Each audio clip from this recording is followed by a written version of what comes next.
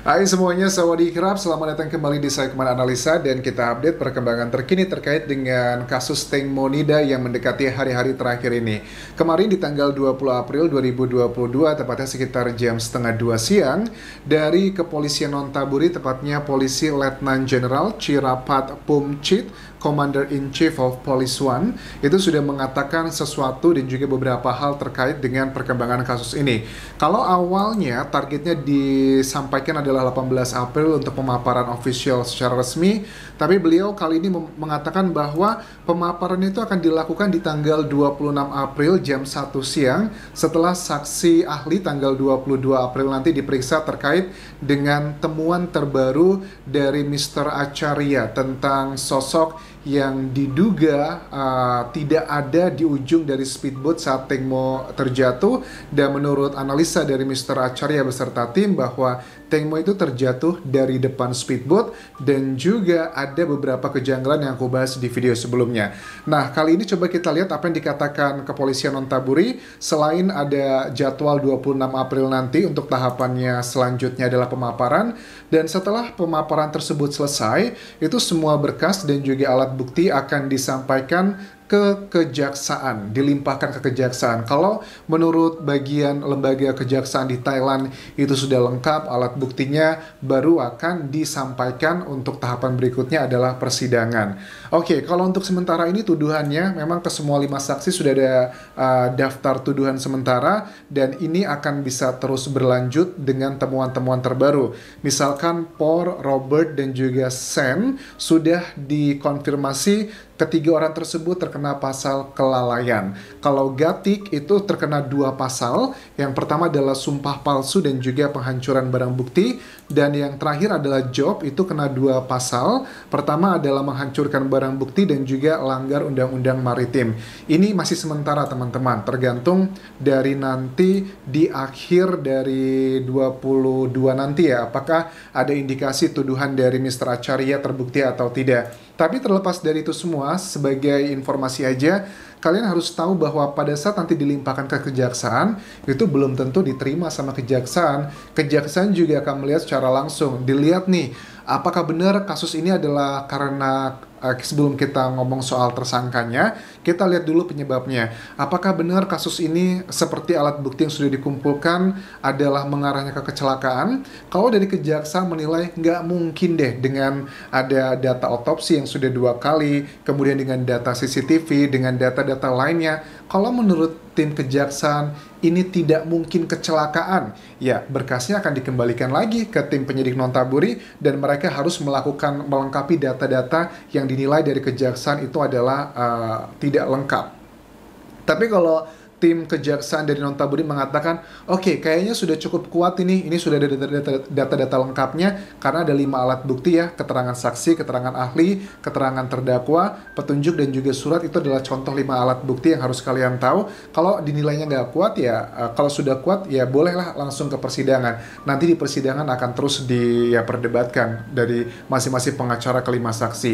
Tapi kalau aku lihat dari Por, Robert, dan Sen tentang pasal kelalaian, kalau Por itu adalah karena dia pemilik dari speedboatnya, jadi speedboatnya itu tidak melengkapi standar operasional yang diharuskan dan juga tidak ada surat izin untuk dipakai umum. Yang Robert itu adalah karena dia tidak memiliki SIM untuk mengendarai speedboat tersebut. Sedangkan Sen adalah karena alasannya si Teng Mo kan kronologinya dia pegangan paha Sen mau buang air kecil, dan itu dinilainya adalah kelalaian. Menurut aku Por dan juga Robert kemungkinan besar akan terkena pasal tersebut, tapi nggak tahu apakah maksimal atau enggak. Dan secara hati pun kayaknya masa sih cuman karena itu doang, kayaknya seandainya beneran karena kecelakaan ya masa langsung ada 22 luka, kan nggak masuk akal. Luka-lukanya itu ya mudah-mudahan hasil otopsi juga bisa menjadi salah satu tumpuan kita ya, bisa menjadi petunjuk ternyata ini bukanlah kecelakaan murni. Kalau Sen menurut aku dia kemungkinan besar akan bisa bebas teman-teman dari pasal yang kelalaian. Kalaupun kena juga nggak akan maksimal. Kalau kelalaian di sini ya kalau menyebabkan kematian kalau nggak salah itu bisa sampai 5 atau sampai 10 tahun, tapi tergantung dari peranannya.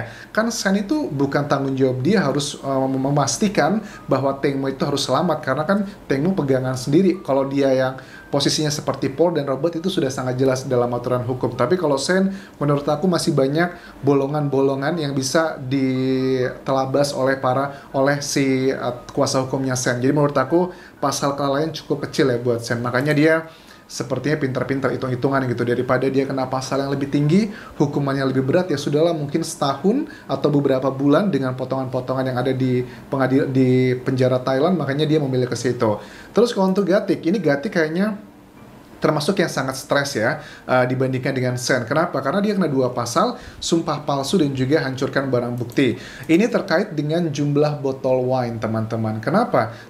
Aku masih ingat Gatik itu pada saat memberikan keterangan di TV dan juga sejumlah media cetak ya, dan juga elektronik Thailand, dia ini sempat mengatakan bahwa kalau nggak salah dia itu minum semua yang ada di situ antara 3 sampai 6 botol wine. Dia bilangnya begitu. Tapi fakta menunjukkan pada saat tim evakuasi mencari botol dan juga gelas botol alkohol ya yang dibuang beberapa saksi di Sungai Chao Phraya, itu ada sekitar 10. Nah, makanya dari situ sudah bisa dikonfirmasi bahwa Gatik itu bohong dan juga melakukan sumpah palsu, karena pada saat mereka melakukan BAP, sebelum mereka tanda tangan BAP-nya sudah lengkap, ya harus disumpah dulu kan ya kalau sudah selesai semuanya. Terus yang kedua, tuduhan buat Gatik adalah tentang hancurkan barang bukti. Ini adalah terkait dengan foto, teman-teman. Karena dari Ibu Panida, ini kayaknya deliknya delik aduan ya, harus ada yang melaporkan baru bisa terkena pasalnya. Makanya teman-teman tanya kenapa kok si Paul dan Robert itu mau ngasih uang 30 juta baht ke Ibu Panida, ya biar nggak ada yang ngaduk. Tapi kalau Ibu Panidanya yang berhak kan atas Teng Monida, karena dia adalah ibu kandungnya. Kalau Ibu Panida nggak membuat aduan, ya nggak akan ada dakwaan seperti ini. Dan Ibu Panida dan juga pengacara Deca kan kalian tahu beberapa hari terakhir sudah mengadukan si Gatik ke kantor kepolisian Nonthaburi untuk tambahan pasalnya adalah penghancuran barang bukti berupa foto-foto dari Teng Monida itu yang dihapus, baik itu di handphonenya Teng Mo ataupun juga yang ada di handphonenya Gatik, dan dugaannya itu adalah sebagai salah satu bentuk barang bukti. Gatik pun dengan pengacaranya sudah membantahnya, sudah mengklarifikasi, saya nggak menghancurkan barang bukti, saya itu biasa aja. Kalau lagi mengambil foto hasilnya nggak bagus, ngeblur, ya saya hapus begitu aja. Jadi itu kalau dikategorikan sebagai menghancurkan barang bukti kayaknya nggak masuk akal deh. Bagi aku sih termasuk menghancurkan barang bukti. Karena apa? Yang dihapuskan ternyata banyak sekali foto-fotonya. Kalau cuma 1, 2, 3 yang ngeblur, oke lah. Tapi kan ada puluhan, ada mungkin bahkan ratusan gitu yang data-data yang dihapus. Apalagi dari handphonenya Teng Mo juga diketahui ada beberapa foto di Instagram Teng Mo yang tiba-tiba menghilang. Padahal orang yang memegang handphone Teng Monida adalah sang manajer pertama, yaitu adalah Gatik. Lanjut buat apa dong? Ini menurut aku juga unik ya.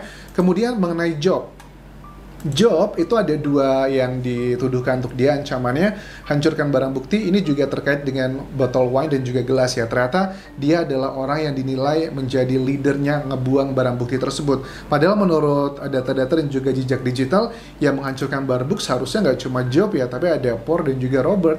Karena mereka juga yang membuang, ada yang kalau rekamannya memang kita melihat yang membuang sesuatu hal ke Sungai Chao Phraya itu adalah si Job yang tertangkap. Tapi nggak tahu apakah Paul dan Robert akan kena juga. Seharusnya sih kena ya, tapi kita lihat nanti deh perkembangan seperti apa, karena ini adalah berita yang aku dapatkan sampai hari ini.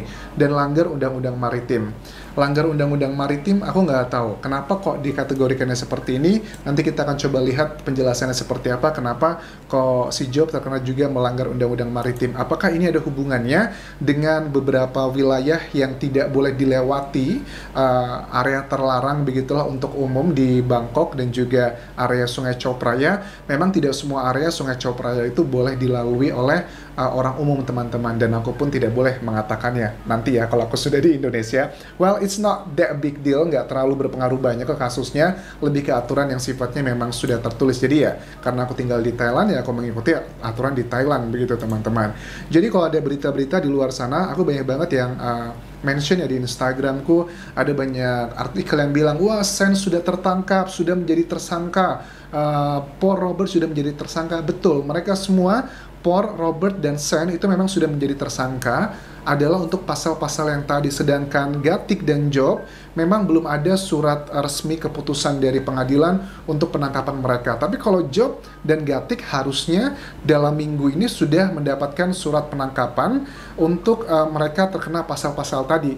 Karena kemarin terpotong dengan liburan Songkran, makanya tidak bisa dieksekusi oleh pengadilan di Thailand.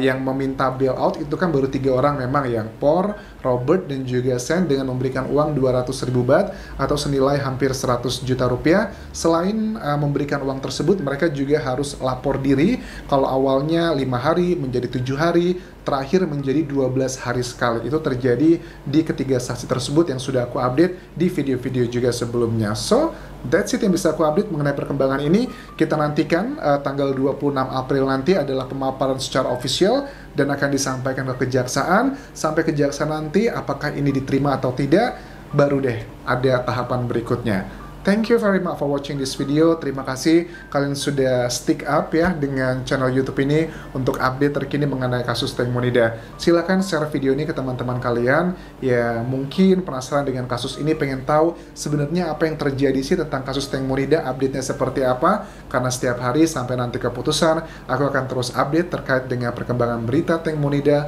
langsung dari Thailand. Jadi jangan lupa tinggalkan like, tinggalkan komen, dan juga subscribe channel YouTube ini, serta follow Instagramku di Anjas di Thailand. Kalian juga boleh berikan informasi di sana kalau ada hal-hal baru yang ingin kalian cari tahu terkait dengan perkembangan kasus Teng Monida. Kapun kerap semuanya, bye-bye, selamat Ramadan, selamat beribadah untuk semuanya.